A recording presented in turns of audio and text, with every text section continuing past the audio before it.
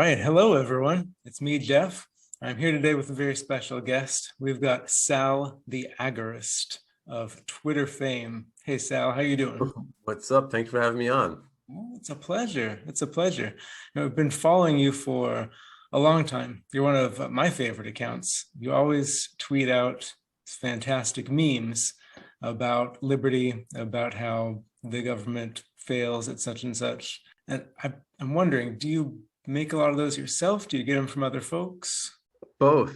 So I make probably maybe one out of every five, one out of every four, and the rest I scavenge from the depths of the internet, including yours, by the way. I know you guys make some real banger memes, and yeah, it's great to share these ideas and get traction around. So I don't ever give anybody a hard time about using my stuff or anything like that, and I use everybody else's stuff freely. So. Nice.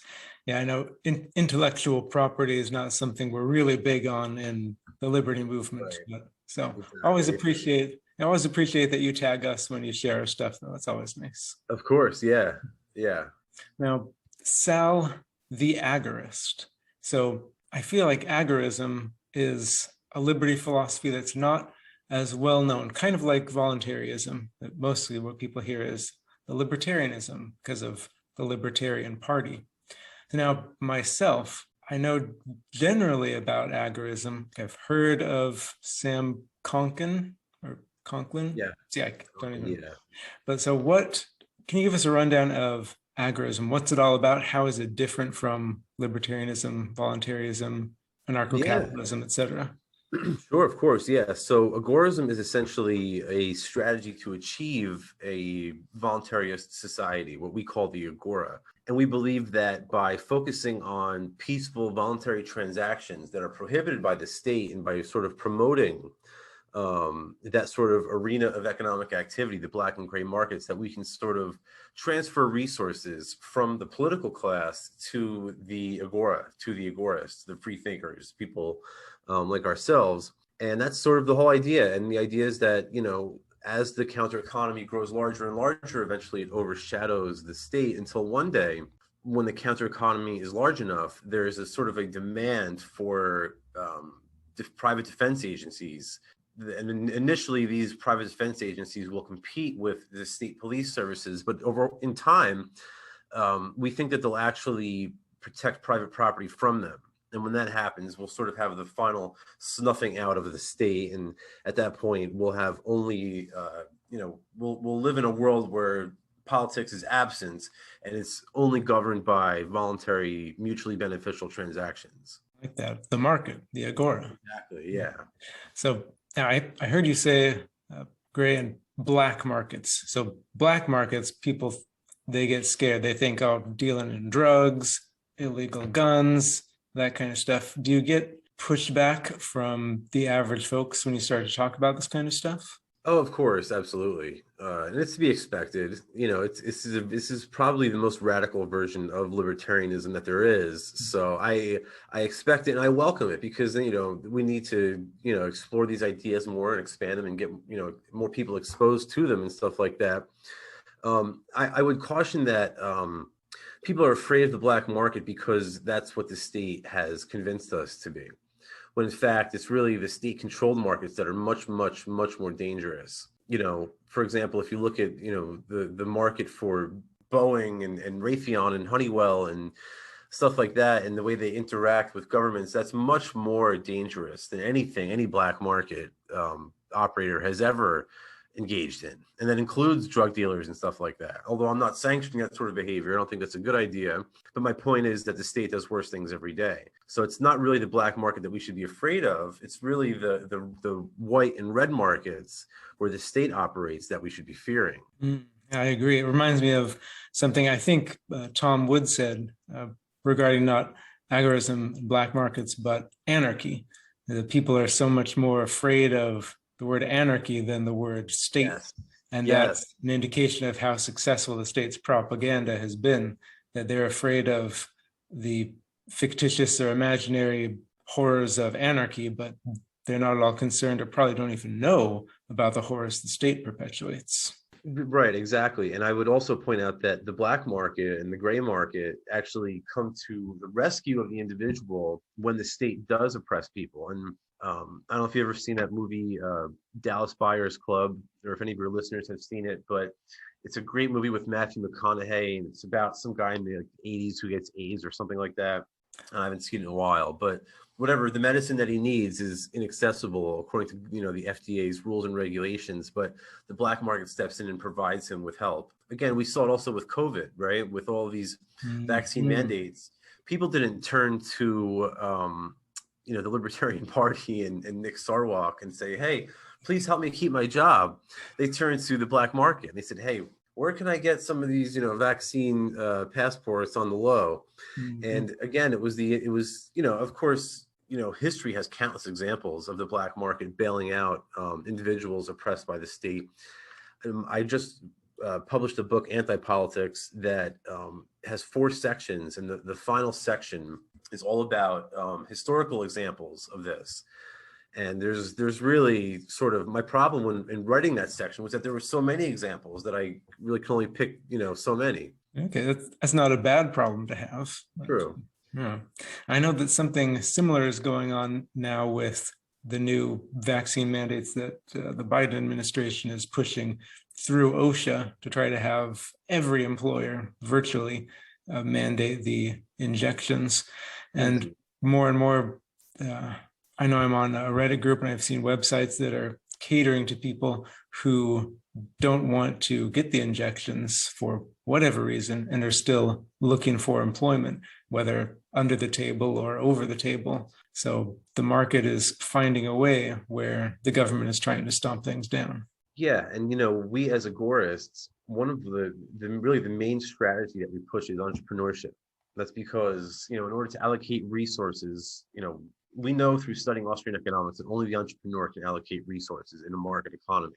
So if you want to allocate resources away from the state, you have to be an entrepreneur to do so.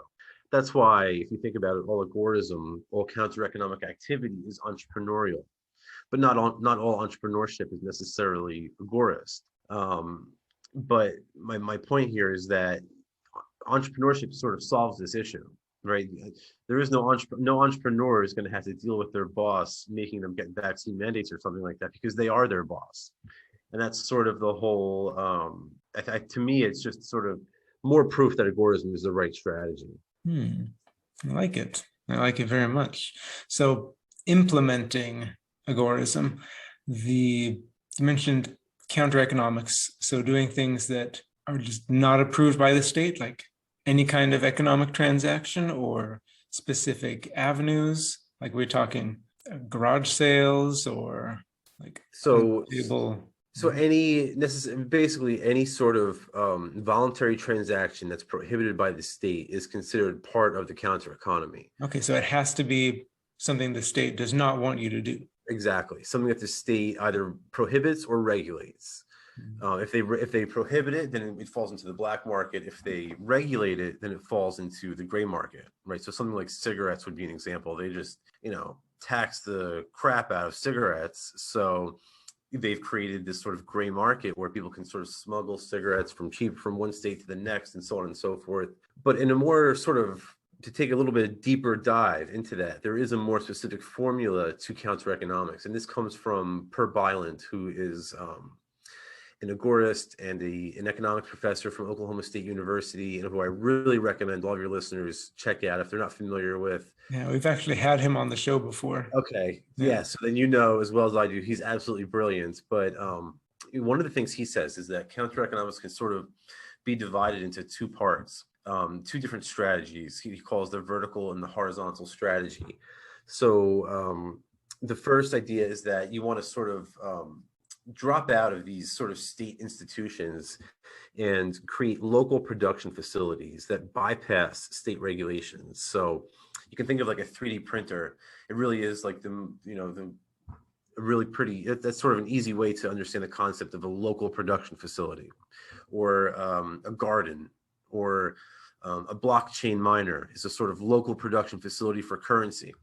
And then he says, if we combine one of these local production facilities with just voluntary, unregulated peer-to-peer trade, then that becomes a very powerful tool. And that is really the formula for counter-economics. So local production of something and then trading it locally as well. Right, in both in an unregulated fashion. And that is, Right. I think that that's probably the most powerful tool that any libertarian has.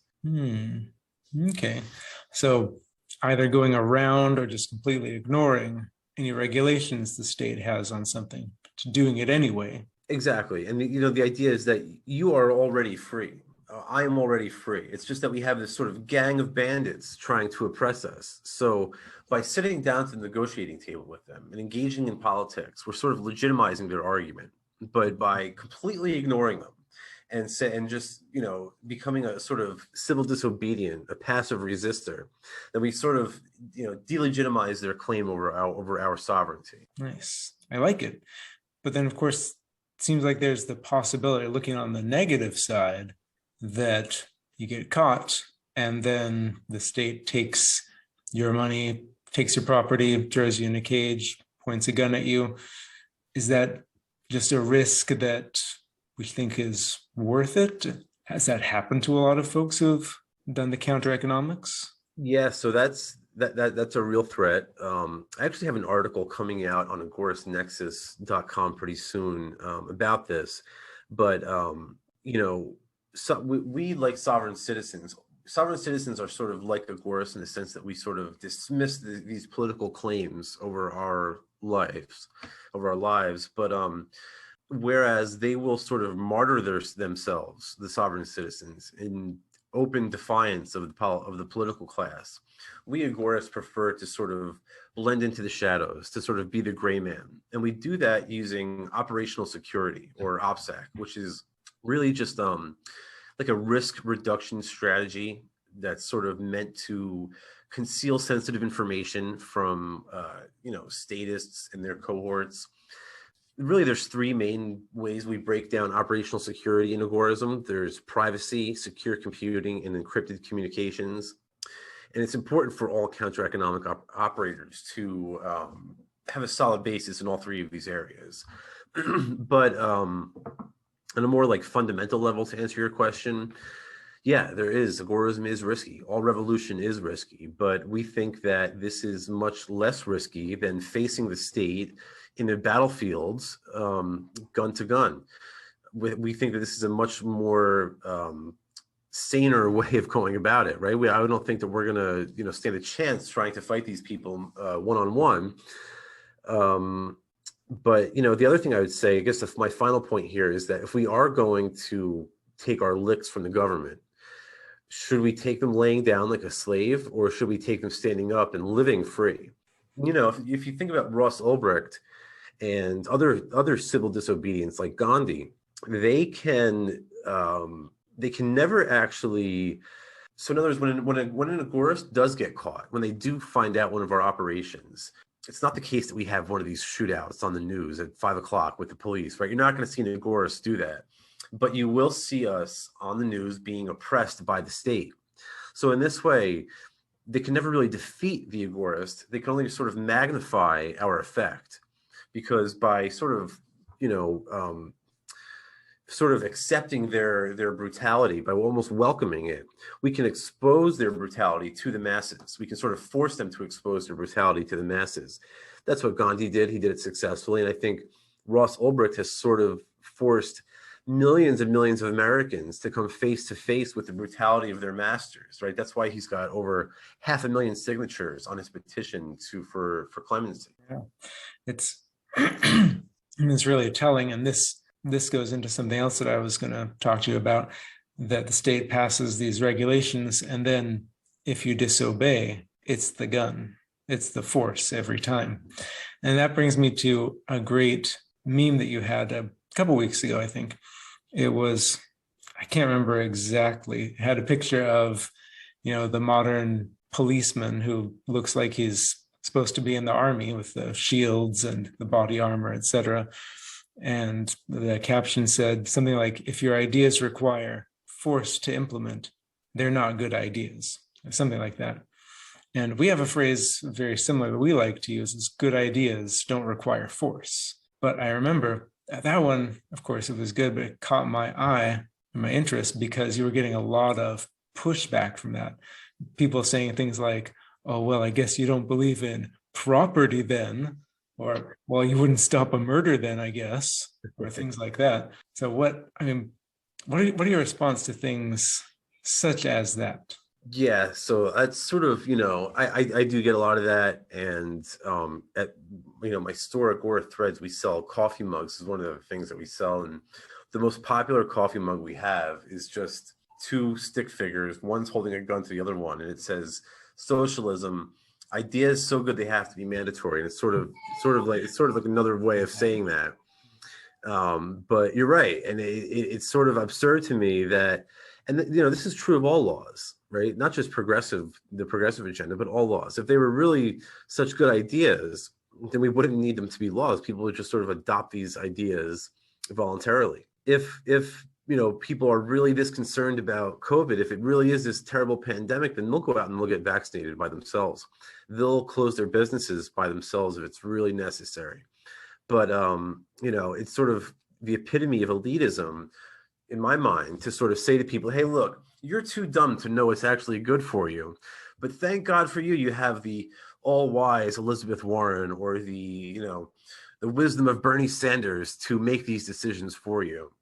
It's absurd to me. It's always like you're too dumb to understand that you need to save for retirement, but Bernie Sanders is going to do it for you. It's like the government is the least responsible entity on earth. Why would I want them to be in charge of my retirement or my health care or the roads or any other sort of thing? So all these arguments sort of fall flat, both pragmatically and morally too, because no one has the right to impose a belief on anyone else. So it's just all sort of absurd to me. And the more this goes on, the more I have a difficult time understanding how other people can't see it. I think one of the ones that stuck out to me was the property argument, because they said, well, you need force to defend your property if someone tries to take it. But to me, that's kind of putting the cart before the horse, because the bad idea that required force was trying to take your property in the first place. Right. It's almost like they expect one little phrase to have a complete philosophical well, we system. as voluntarists, as agorists, as libertarians, we are opposed to initiatory force. We're not opposed to self-defense. So it's all about the violence initiator is what Sam Konkin calls them. That is the person who's always wrong. Whoever initiates violence first is the person who's wrong. And obviously, the example of property or something like that, property doesn't arise through violence, as we know, through Locke and then Rothbard, homesteading theory and stuff like that. But its defense doesn't require it; only its violation does. Only the government, does these sorts of things, other than red marketeers. Does them legitimately, quote unquote. Exactly. Yeah. So what force violence is what we usually think of. Would you include fraud in that as well? Yeah. So if I sort of defraud you, then yeah, I definitely include that. If I lie to you in order to get you to engage in some agreement or something like that, then absolutely. I thought so, but it's good to spell it all out. Yeah, and that's not, it's not always, crystal clear like that. So something like blackmail, I think, should be legal. I think Walter Block has made that case pretty well in defending the undefendable, and all other sorts of things. But the key is the only rights that we actually have are property rights. So in the Agora, that's really the only right that exists are property rights, and I think it's important to hold them in high regard, to say the least. Absolutely. If you don't own yourself as property, which people I think have a hard time with that because they think of property as just things. Well, I'm not a thing, I'm me. But that's the point. You are you, and you own yourself. And by extension, you own things that you have used yourself, your body or your mind to obtain. Well, exactly. But now we're trying to change that. I mean, I don't, as just earlier today, or I'm not sure you can publish this, but earlier today, they were talking about how these schools want to dictate what the children learn now, and they want to remove parents from the process entirely, from the and just have politicians decide what children should be learning. So, if you really do believe that you own yourself, I think the only sort of avenue to take is voluntarism. I'd agree. And starting from the beginning. So I think that's part of why we're in this situation where so many people just automatically agree with the state and can't even imagine a world without it, is because from the time they're very young, they're raised more or less by the state for 6-8 hours a day.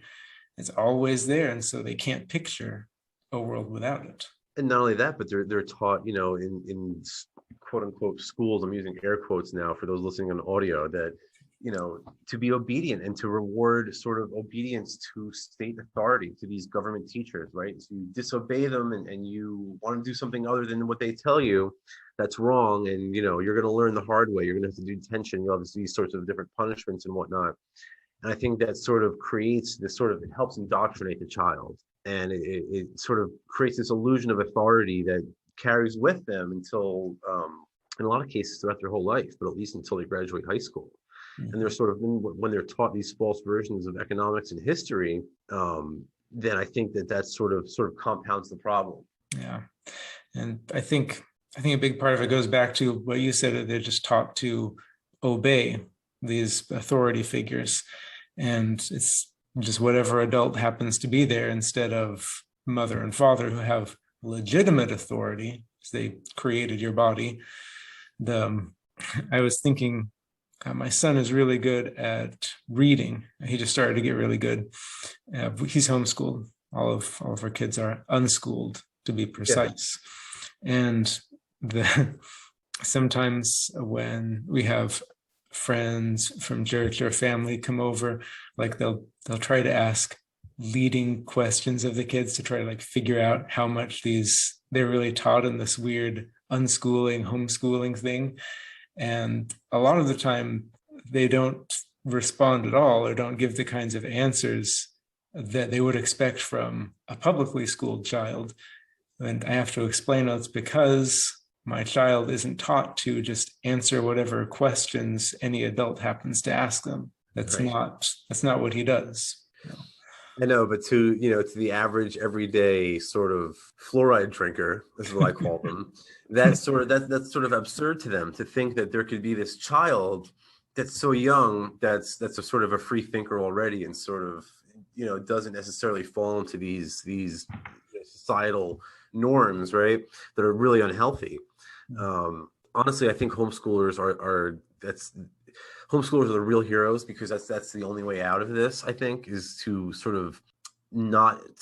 do something. We have to do something to prevent the future generations from being indoctrinated into these sort of, like I said, I have a difficult time bringing myself to call them schools at this point. So yeah, indoctrination facilities. Yeah, more accurate.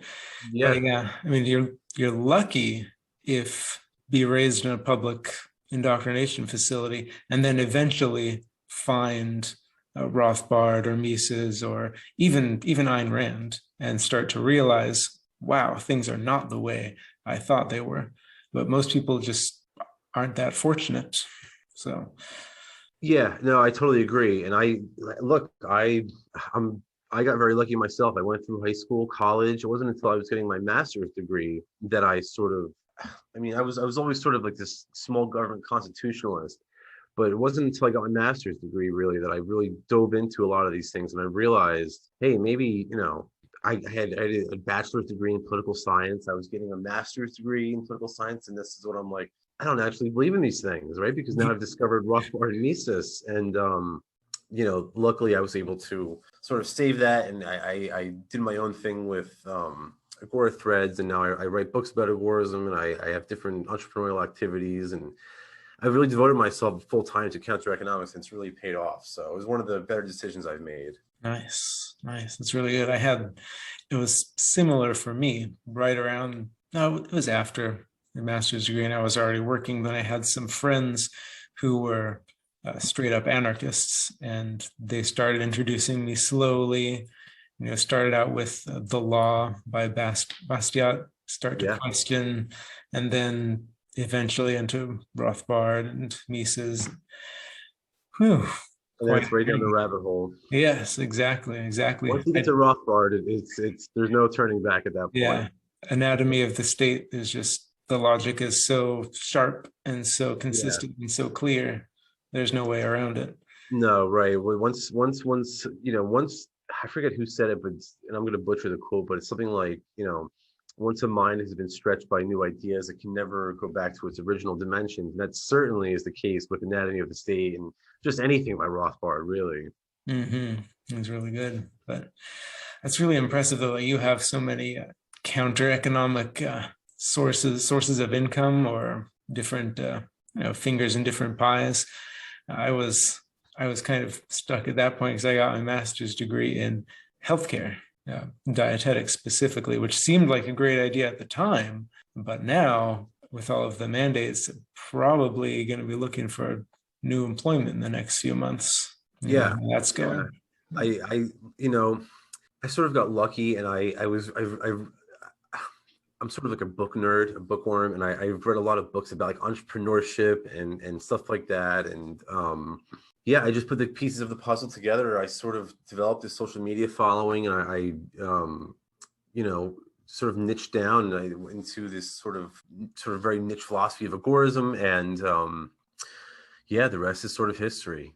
Like I said, I'm very thankful for it. It really enables me to live a very free lifestyle. I'm not sort of held down like a normal wage worker would be. Like I said, I work for myself. I do what I want, and I think that's sort of really, again, just goes to show you that only agorism can really provide the individual with such an immediate, with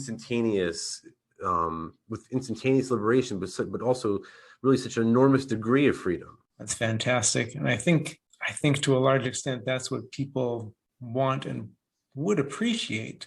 I mean, there are some, of course, who knows how many, who prefer being more safe to being more free. And the advantage of a liberty philosophy is that we think that's a choice they should be able to make. Right, I don't exactly. think they should be able to make the choice for us that we should be more safe than free. That's a choice Right. each person should be able to make for themselves and their families. Yeah, absolutely. And I would even take it a step further and say that they're not necessarily mutually exclusive, or they don't always have to be mutually exclusive. I think by sometimes by being more free, we are more safe. And by being more safe, we are more free. Hmm. It's a very good point, especially when safety to some people means the state controlling Yeah, things. exactly. Exactly. Yeah. Or, just even if they were an efficient sort of if they were more efficient at maintaining law and order, is it still worth it? And I would obviously argue no. I'd agree. Oh, well, I have one more question before Yeah. we go. So your little Twitter profile, is that you? It has big old bushy hair, and you have no hair right now. So I'm just wondering. That is Mac Trey. Mac Trey was a rapper from the Bay Area who unfortunately was shot and killed, but he was the greatest rapper of all time, in my opinion. And I always loved that picture. So it was just very sort of happenstance when I was creating this Twitter profile that I never thought was going to blow up. That was the picture that I slapped on there as a sort of placeholder, and people liked it, and it stuck, and I never changed it. It's funny because every now and then, if I like do an event or a speaking event or something like that, sometimes promoters will use that image, and then every now and then his family will actually send me like a DMCA complaint, like a copyright sort of claim to like take down the picture. So I imagine one day I might have to remove that if my account gets too big, but we'll see what happens. But yeah, Mac Dre, check him out. Greatest rapper ever. Extremely vulgar. Don't listen to him with your children around. But All right, I won't do that. Cool. Well, Sal, thank you so much for coming on, talking with us about agorism, use of force versus peaceful coexistence and decisions. Thank you very much. I'm going to look more into Konkin's books and some of your books as well. Where can we get a hold of those? yeah, so the book is Anti-Politics. They're available on Amazon or Amazon Kindle. I also have a couple. If people are interested in buying copies for crypto or something like that, just shoot me a DM or contact me through my website, saltheagorist.com, and we'll work something out. Sounds like a plan. Well, again, thanks so much for coming on, and you have a great day, Sal. Thank you, brother. Appreciate it. Thank you so much for watching this video. If you like what we do here, please like, share, subscribe, comment, and go over to our website where you can offer donations, request help us help people who are in need voluntarily. And we'll see you next time.